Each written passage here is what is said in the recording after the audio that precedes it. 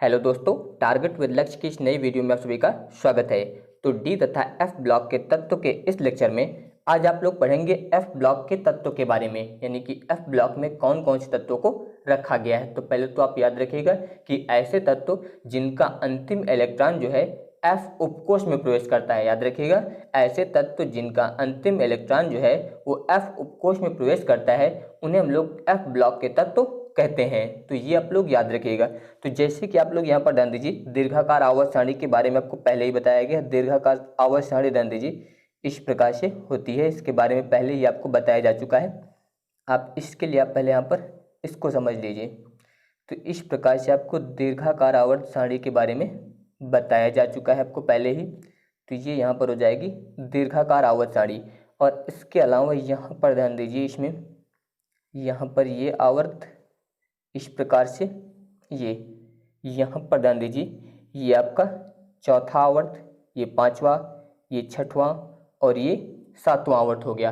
तो आपको ध्यान देना है, जब आपको डी ब्लॉक के तत्व पढ़ाया जा रहा था तो इसमें आवर्त नंबर 6 में यहाँ पर आपको जो पहला तत्व बताया गया था यानी कि लैंथेनम बताया गया था। इसके अलावा सातवें आवर्त में आपको यहाँ पर जो तत्व बताया गया था वो बताया गया था यहाँ पर एक्टिनियम यानी कि AC, इनके बारे में आपको बताया गया था। तो यहाँ पर जो इसका एटॉमिक नंबर है लैंथेनम का, इसका एटॉमिक नंबर आपको बताया गया था 57 होता है। और इसके अलावा जो एक्टिनियम है इसका यहाँ पर एटॉमिक नंबर जो था वो 89 होता है। इसके बारे में आपको पहले ही बताया गया था। तो यहाँ पर ध्यान दीजिए 57 के बाद, याद रखिएगा 57 के बाद जो है 58 से लेकर, याद रखिएगा 58 से 71 तक के जो भी तत्व हैं उनको यहाँ पर अलग, ध्यान दीजिए उन तत्वों को यहाँ पर जो है अलग रखा गया है। इस प्रकार से यहाँ पर इसी श्रेणी में नीचे बनी है।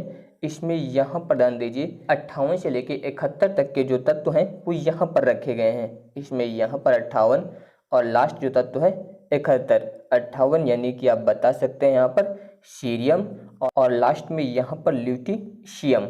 इस प्रकार यानी कि सीरियम से लेके ल्यूटीशियम तक यहाँ पर टोटल जो है इसमें 14 तत्व रखे गए हैं। लैंथेनम के बाद जो है 58 से लेके 71 तक के जो भी तत्व हैं इन्हें हम लोग बोलते हैं एफ ब्लॉक के तत्व, याद रखिएगा इन्हें बोला जाता है एफ ब्लॉक के तत्व। इसके अलावा इस श्रेणी को हम लोग बोलते हैं लैंथेनाइड, याद रखिएगा इस श्रेणी को बोला जाता है लैंथेनाइड श्रेणी। इसके बाद जो यहाँ पर ध्यान दीजिए 7वें आवर्त में दिया गया है यानी कि एक्टिनियम, यहाँ पर इसका एटॉमिक नंबर है 89 और 89 के बाद 90 से लेकर के 103 तक के जो भी तत्व हैं वो यहाँ पर रखे गए हैं। इस प्रकार से यानी कि 90 से लेकर के यहाँ पर 103 तक के जो भी तत्व हैं वो यहाँ पर अलग रखे गए हैं। इसमें भी यहाँ पर याद रखिएगा 103 तक के तत्व रखे गए हैं। इसमें भी टोटल कितने तत्व हैं आपके 14। तो यहाँ पर 90 से लेकर 103 तक के जो तत्व हैं इन्हें भी हम लोग बोलते हैं एफ ब्लॉक के तत्व, इन्हें भी अलग रखा गया है और इन्हें हम लोग बोलते हैं एक्टिनाइड श्रेणी, याद रखिएगा इन्हें बोला जाता है एक्टिनाइड श्रेणी, एक्टिनाइड। तो इस प्रकार यहाँ पर ध्यान दीजिए, एक हो गई लैंथेनाइड श्रेणी और दूसरी हो गई एक्टिनाइड श्रेणी। लैंथेनाइड में जो है यहाँ पर सीरियम से लेके ल्यूटीशियम तक रखा गया है इसमें, और इसमें जो एटॉमिक नंबर है 58 से लेके 71 तक के तत्वों को रखा गया है। और इसमें जो है यहाँ पर 90 से लेकर 103 तक के तत्वों को यहाँ पर रखा गया है एफ ब्लॉक में। तो अब इसमें ध्यान दीजिए, यहाँ पर जो ये तत्व हैं यानी कि जो एफ ब्लॉक के तत्व हैं इनका जो सामान्य इलेक्ट्रॉनिक विन्यास होता है, याद रखिएगा इनका जो सामान्य इलेक्ट्रॉनिक विन्यास होता है उसके लिए आप ध्यान दीजिए N-2 F 0 से लेकर 14 यानी कि F उपकोष में जो है 0 से लेकर 14 तक इलेक्ट्रॉन हो सकते हैं। इसके बाद N-1 D 0 से 1 यानी कि इसमें 0 या फिर 1 इलेक्ट्रॉन हो सकता है। इसके अलावा जो है NH2 इस प्रकार से। तो अब यहाँ पर इसके लिए ध्यान दीजिए, जैसे कि यहाँ पर ध्यान दीजिए N-2 N-1 और N लिखा गया है। तो N का मतलब अब ध्यान दीजिए, N के लिए यहाँ पर ध्यान दीजिए इसमें आवर्त कौन सा प्रयोग हुआ था, छठवां आवर्त। तो N की जगह पे अगर हम लोग यहाँ पर 6 रख दें तो ध्यान दीजिए अगर यहाँ पर हम लोग 6 रखेंगे तो 6 - 2 करेंगे, तो 6 - 2 करेंगे तो यह आ जाएगा 4 F यानी कि 0 से लेकर 14 तक। इसके बाद यहाँ पर 6 रखेंगे, 6 से 1 घटाएंगे तो 5D 0 से 1 यहाँ पर रखेंगे तो ये हो जाएगा 6H2 यानी कि यहाँ पर ध्यान दीजिए ये आ गया है अब आपका यहाँ पर 4F 0 से 14 तक, इसके अलावा 5D 0 से 1 तक, इसके अलावा 6H2। तो ये यहाँ पर जो है इनका सामान्य इलेक्ट्रॉनिक विन्यास होता है। तो ये आप लोग यहाँ पर याद रखिएगा। इसके अलावा भी आपको इसमें कुछ पॉइंट याद रखने हैं, जैसे कि आप लोग इसमें याद रखिएगा यहाँ पर टोटल तत्व कितने हैं, 14 तत्व हैं, यानी कि जो लैंथेनाइड श्रेणी है इसमें पहले आप इसके बारे में ध्यान दीजिए। इसके बारे में आपको नेक्स्ट वीडियो में बताऊंगा। अब आपको यहाँ पर लैंथेनाइड श्रेणी के बारे में ध्यान देना है, तो इसके बारे में याद रखिएगा। इसमें जो है सीरियम से लेकर जो है ल्यूटीशियम तक 14 तत्व टोटल होते हैं, और ये जितने भी तत्व हैं ये अधिक क्रियाशील होते हैं। याद रखिएगा जितने भी तत्व हैं ये सभी तत्व जो है अधिक क्रियाशील होते हैं, इसलिए इन्हें हम लोग दुर्लभ मृदा तत्व के नाम से भी जानते हैं। याद रखिएगा इन तत्वों को जो है हम लोग दुर्लभ मृदा तत्व के नाम से भी जानते हैं, यानी कि जो लैंथेनाइड श्रेणी के तत्व हैं इन्हें हम लोग दुर्लभ मृदा तत्व के नाम से भी जानते हैं। ये आप लोग याद रखिएगा। इसके अलावा ये जो तत्व है ये मुक्त अवस्था में ना होकर अयस्क रूप में पाए जाते हैं। ये भी आप लोग याद रखिएगा कि ये तत्व जो है मुक्त रूप में ना होकर अयस्क रूप में यहाँ पर पाए जाते हैं। इसके अलावा जितने भी लैंथेनाइड तत्व हैं ये सभी जो है चांदी की भांति चमकने वाले जो है मृदु धातुएं होती हैं। ये आप लोग यहाँ पर याद रखिएगा। इसके अलावा आपको इलेक्ट्रॉनिक विन्यास के बारे में यहाँ पर बता ही दिया गया है। इसके अलावा इनकी ऑक्सीकरण संख्या के बारे में याद रखिएगा, ध्यान दीजिए। ऑक्सीकरण संख्या, तो जो लैंथेनाइड श्रेणी है इसकी अगर ऑक्सीकरण अवस्था की बात की जाए तो यहाँ पर इनकी जो ऑक्सीकरण अवस्था होती है वो +3 होती है। याद रखिएगा लैंथेनाइड श्रेणी की जो ऑक्सीकरण अवस्था होती है वो कितनी होती है, +3 होती है। लेकिन यहाँ पर आप बताएंगे कि जो +2 और इसके अलावा +4 ऑक्सीकरण अवस्थाएं जो है वो विलयन तथा ठोस यौगिकों में जो है उपस्थित होती हैं। तो यहाँ पर जो आपको सीरियम बताया गया है यानी कि Ce, इसकी जो ऑक्सीकरण अवस्था होती है वो +4 होती है। लेकिन याद रखिएगा यहाँ पर ये जो है उत्कृष्ट गैस अभिविन्यास के कारण स्थायी है। ये याद रखिएगा यहाँ पर कि उत्कृष्ट गैस अभिविन्यास के कारण जो है स्थायी है, परंतु यह जो है एक प्रबल ऑक्सीकारक है, और प्रबल ऑक्सीकरण के कारण ये पुनः जो है यहाँ पर +3 अवस्था में आ जाता है। याद रखिएगा ये यहाँ पर जो है +3 अवस्था में वापस आ जाता है। तो वही यहाँ पर ध्यान दीजिए एफ ब्लॉक के तत्व यानी कि अंतः संक्रमण तत्वों के बारे में लिखा गया है कि ऐसे तत्व जिनमें इलेक्ट्रॉन उपांतिम ऊर्जा स्तरों के एफ कक्षकों में भरे जाते हैं एफ ब्लॉक के तत्व कहलाते हैं। इसके अलावा एफ ब्लॉक की दो श्रेणियों यानी कि 4F तथा 5F श्रेणी में क्रमशः जो है 14 तत्व उपस्थित होते हैं, यानी कि दोनों श्रेणियों यानी कि लैंथेनाइड इसके अलावा एक्टिनाइड। याद रखिएगा इसका मतलब यहाँ पर लैंथेनाइड और इसका मतलब यहाँ पर एक्टिनाइड, इन दोनों श्रेणियों में जो है 14 तत्व उपस्थित होते हैं। अब इसके बाद ध्यान दीजिए यहाँ पर लैंथेनाइड, तो इसके बारे में आप बता सकते हैं कि जो लैंथेनाइड श्रेणी है इसमें सीरियम से ल्यूटीशियम तक 14 तत्व होते हैं और ये अधिक क्रियाशील होते हैं। प्रकृति में इन्हें जो है दुर्लभ मृदा तत्वों के नाम से भी जाना जाता है। ये जो है मुक्त अवस्था में ना होकर अयस्क के रूप में यानी कि संयुक्त अवस्था में पाए जाते हैं, और सभी लैंथेनाइड जो है चांदी की भांति चमकने वाली मृदु धातुएं होती हैं। तो इस प्रकार से आपको इसके बारे में लिखना है।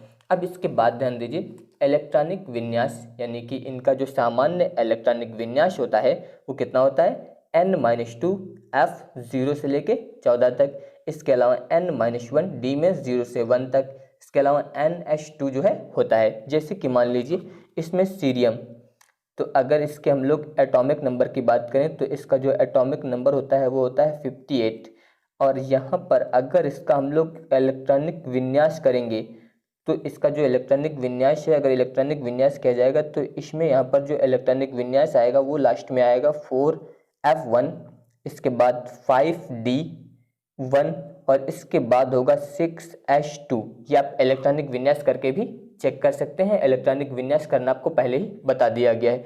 इसी प्रकार ध्यान दीजिए जैसे कि यहाँ पर हम लोग GD लेते हैं और इसका यहाँ पर एटॉमिक नंबर जो होता है वो होता है 64। अगर इसका यहाँ पर हम लोग इलेक्ट्रॉनिक विन्यास करें तो इसका इलेक्ट्रॉनिक विन्यास होता है 4F7, इसके अलावा 5D1 और 6S2 इस प्रकार से। इसके अलावा यहाँ पर अगर हम लोग टर्बियम लें यानी कि TB से बोलते हैं टर्बियम, यहाँ पर एटॉमिक नंबर 65 होता है इसका। अगर इसका आप करेंगे यहाँ पर इलेक्ट्रॉनिक विन्यास तो इसका इलेक्ट्रॉनिक विन्यास होता है 4F9, इसके बाद होता है 5D0 और इसके बाद हो जाएगा 6H2। इस प्रकार से इतना होगा। इसी प्रकार ध्यान दीजिए यहाँ पर ल्यूटीशियम यानी कि Lu, इसका ध्यान दीजिए एटॉमिक नंबर होता है 71। इसका अगर आप यहाँ पर करेंगे इलेक्ट्रॉनिक विन्यास तो इसमें लास्ट में आएगा 4F14, इसके बाद 5D1, 6H2। तो इस प्रकार से जो है आप यहाँ पर इलेक्ट्रॉनिक विन्यास इनके करेंगे। तो इसमें आप यहाँ पर आपको ये ध्यान देना है, ध्यान दीजिए सभी में यहाँ पर 4 आ रहा है क्योंकि लेंथेनाइड रेडी है। अभी आपको इसके बारे में बताया गया था 4, यहाँ पर 5 और यहाँ पर सब में 6 आएगा। तो वही यहाँ पर बताया गया था कि F में जो है 0 से लेकर 14 तक इलेक्ट्रॉन हो सकते हैं। वही यहाँ पर ध्यान दीजिए 1, यहाँ पर 7, यहाँ पर 9, यहाँ पर 14।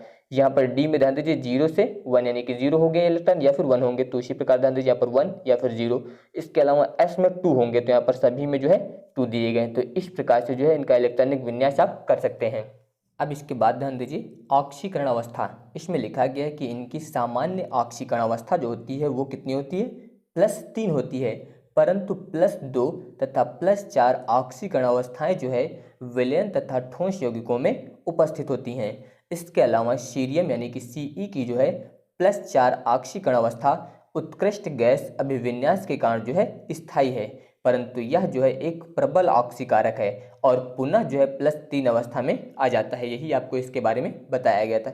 इसके अलावा आप याद रखिएगा इसमें जो है Pr, इसके अलावा Nd और इसके अलावा टर्बियम यानी कि Tb और Dy, इन सभी की जो ऑक्सीकरण अवस्था होती है वो याद रखिएगा +4 होती है। इन सभी की जो ऑक्सीकरण अवस्था होती है वो कितनी होती है, +4 होती है।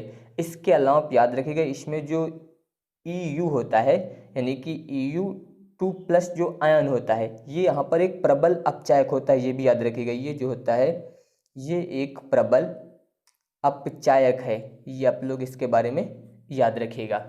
इसके बाद ध्यान दीजिए रासायनिक क्रियाशीलता। तो इसमें बताएंगे आप कि लैंथेनाइड तत्वों की जो क्रियाशीलता है वो एल्यूमिनियम के समान होती है। तो ये आप लोग याद रखिएगा कि जो लैंथेनाइड के तत्व हैं इनकी क्रियाशीलता जो होती है वो एल्यूमिनियम के समान होती है, क्योंकि इन तत्वों का उच्च ऋणात्मक E0 मान जो है यह प्रदर्शित करता है कि ये जो है शीघ्रता से अपने तीनों इलेक्ट्रॉन त्याग कर जो है ऑक्सीकृत हो जाते हैं। यानी कि ये जो है शीघ्रता से जो है तीनों इलेक्ट्रॉन त्याग कर ऑक्सीकृत हो जाते हैं, अर्थात ये प्रबल ऑक्सीकारक की तरह व्यवहार करते हैं। जैसे कि मान लीजिए यहाँ पर हम लोग लेते हैं Ln, तो ये अपने तीनों इलेक्ट्रॉन त्याग कर यानी कि 3e- तीनों इलेक्ट्रॉन त्याग कर यहाँ पर Ln 3+ आयन बनाता है। इस प्रकार यहाँ पर जो है ये एक प्रबल ऑक्सीकारक की तरह व्यवहार करता है। तो वही यहाँ पर ध्यान दीजिए इसमें लिखा गया है कि La से लेकर Lu की ओर जाने पर जो है अपचायक प्रवृत्ति कम होती है। यानी कि जब हम लोग La से Lu की ओर, Lu का मतलब आपको बता दिया गया यहाँ पर ल्यूटीशियम, जब लैंथेनम से यहाँ पर हम लोग Lu, यहाँ पर La का मतलब है लैंथेनम, तो जब लैंथेनम से हम लोग ल्यूटीशियम की ओर बढ़ते हैं तो यहाँ पर जो अपचायक प्रवृत्ति है ये यहाँ पर कम हो जाती है। याद रखिएगा अपचायक प्रवृत्ति जो है ये कम होती जाती है, क्योंकि E0 के जो ऋणात्मक मान है इसमें कमी होती है। इसलिए यहाँ पर जब हम लोग लैंथेनम से ल्यूटीशियम की ओर जाते हैं तो इनकी अपचायक प्रवृत्ति जो है वो कम होती जाती है। ये आप लोग याद रखिएगा। अब इसके बाद ध्यान दीजिए लैंथेनाइड संकुचन, ये बहुत ही महत्वपूर्ण है, इसके बारे में जरूर याद रखिएगा। तो इसमें ध्यान दीजिए नाभिकीय आवेश बढ़ने के कारण जो La यानी कि जो लैंथेनम है, इसके बाद जो Lu है यानी कि ल्यूटीशियम तथा परमाणविक, इसके अलावा तथा आयनिक त्रिज्या में कमी आती है। ध्यान दीजिए यहाँ पर बताया गया कि नाभिकीय आवेश बढ़ने के कारण लैंथेनम से ल्यूटीशियम तथा परमाणविक तथा आयनिक त्रिज्या में जो है कमी आती है। यह लक्षण जो है लैंथेनाइड संकुचन कहलाता है। याद रखिएगा यहाँ पर जो परमाणविक तथा आयनिक त्रिज्या में कमी आ रही है यही लक्षण क्या कहलाता है, लैंथेनाइड संकुचन कहलाता है। यानी कि यहाँ पर याद रखिएगा लैंथेनम से लेकर ल्यूटीशियम यानी कि Lu, याद रखिएगा लैंथेनम से ल्यूटीशियम तक जो है परमाणविक तथा आयनिक त्रिज्या में कमी आती है। यानी कि जैसे जैसे हम लोग आगे बढ़ते हैं इनकी परमाणविक त्रिज्या इसके अलावा आयनिक त्रिज्या जो है ये कम होती जाती है। यही लक्षण जो है लैंथेनाइड संकुचन कहलाता है। और यह संकुचन जो है F इलेक्ट्रॉनों के दुर्बल परिरक्षण प्रभाव के कारण होता है। ये भी याद रखिएगा, जो संकुचन होता है वो F इलेक्ट्रॉनों के दुर्बल परिरक्षण प्रभाव के कारण होता है। तो ये भी आप लोग इसके बारे में याद रखिएगा। इसके अलावा इसमें जो सहसंयोजक लक्षण है इसमें वृद्धि होती है। याद रखिएगा, यहाँ पर आप लिख सकते हैं इसमें सहसंयोजक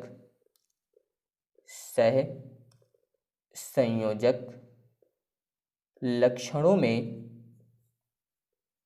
वृद्धि। जो सहसंयोजक लक्षण है इसमें जो है यहाँ पर वृद्धि होती है। तो इसमें याद रखिएगा यहाँ पर कि जो La है यानी कि लैंथेनम है, ये अपने 3 इलेक्ट्रॉन त्याग कर 3+ आयन इस प्रकार से, और इसके अलावा जो Lu है यानी कि ल्यूटेशियम, ये भी 3 इलेक्ट्रॉन त्याग कर Lu 3+ आयन।